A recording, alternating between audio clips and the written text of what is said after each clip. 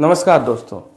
सोचिए आपकी पुश्तैनी ज़मीन है, खतौनी में आपका नाम भी है, लेकिन जब आप वहाँ बाउंड्री बनाने जाते हैं तो आपका सगा भाई या कोई दबंग हिस्सेदार खड़ा हो जाता है और कहता है ये कोना तो मेरा है, तुम पीछे जाओ।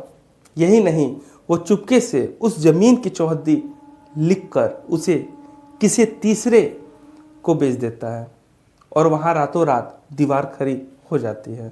अब सवाल यह है, क्या आप अपने ही ज़मीन पर बेगाने हो गए हैं? क्या वो दीवार अब कभी नहीं गिरेगी?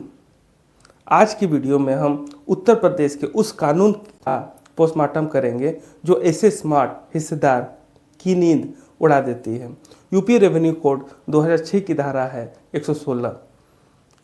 असली कानून क्या है, ये बताने से पहले मेरे चैनल ज़मीन अथॉरिटी को लाइक और सब्सक्राइब जरूर कर दें। अब आते हैं हम अपने टॉपिक पे।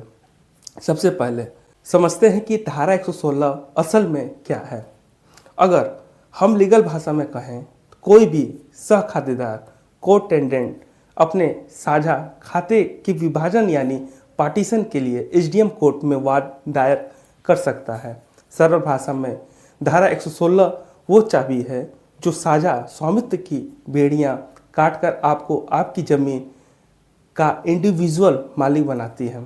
कानून कहता है कि हर एक मिट्टी के कण पर सबका हक है जब तक कि सरकारी बंटवारा ना हो जाए। उस धोखे पर जो अक्सर गांव में होता है, आपका हिस्सेदार ज़मीन बेचता है और रजिस्ट्री में लिख देता है उत्तर में नाला, दक्षिण में सड़क। खरीदार सोचता है सामने लोकेशन खरीद ली, लेकिन फैक्ट क्या है? यह रजिस्ट्री अवैध तो नहीं लेकिन अपूर्ण है।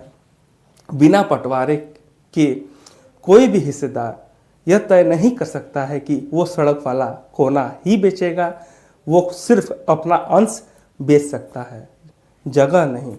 अगर उसने कब्जा दिया है तो वो कानून की नज़र में एक कच्चा कब्जा है।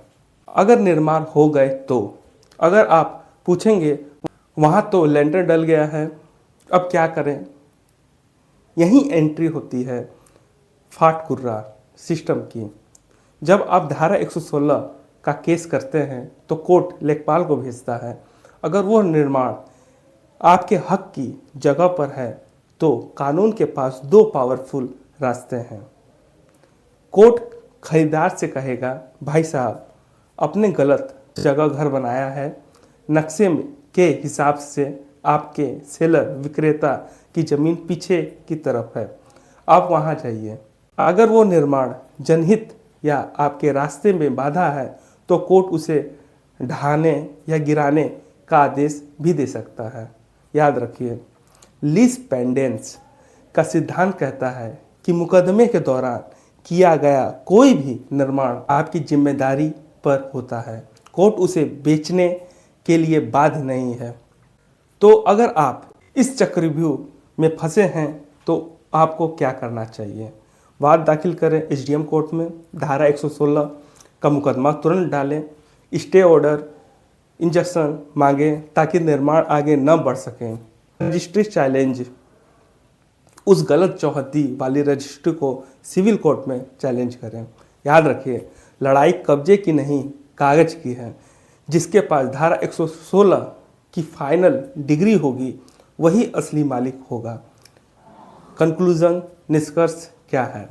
दोस्तों, कानून अंधा नहीं होता है, बस उसे सही धारा दिखाने की ज़रूरत होती है।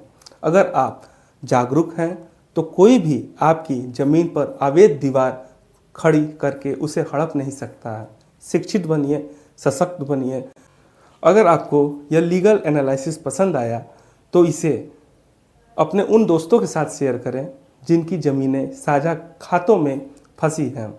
अगले वीडियो हमारा म्यूटेशन पर होगा, जिसे बोलचाल की भाषा में दाखिल खारिज कहते हैं। हम यूपी रेवेन्यू कोड 2006 की 3 मुख्य धाराएं 33, 34 और 35 पर चर्चा करेंगे। तब तक के लिए नमस्कार।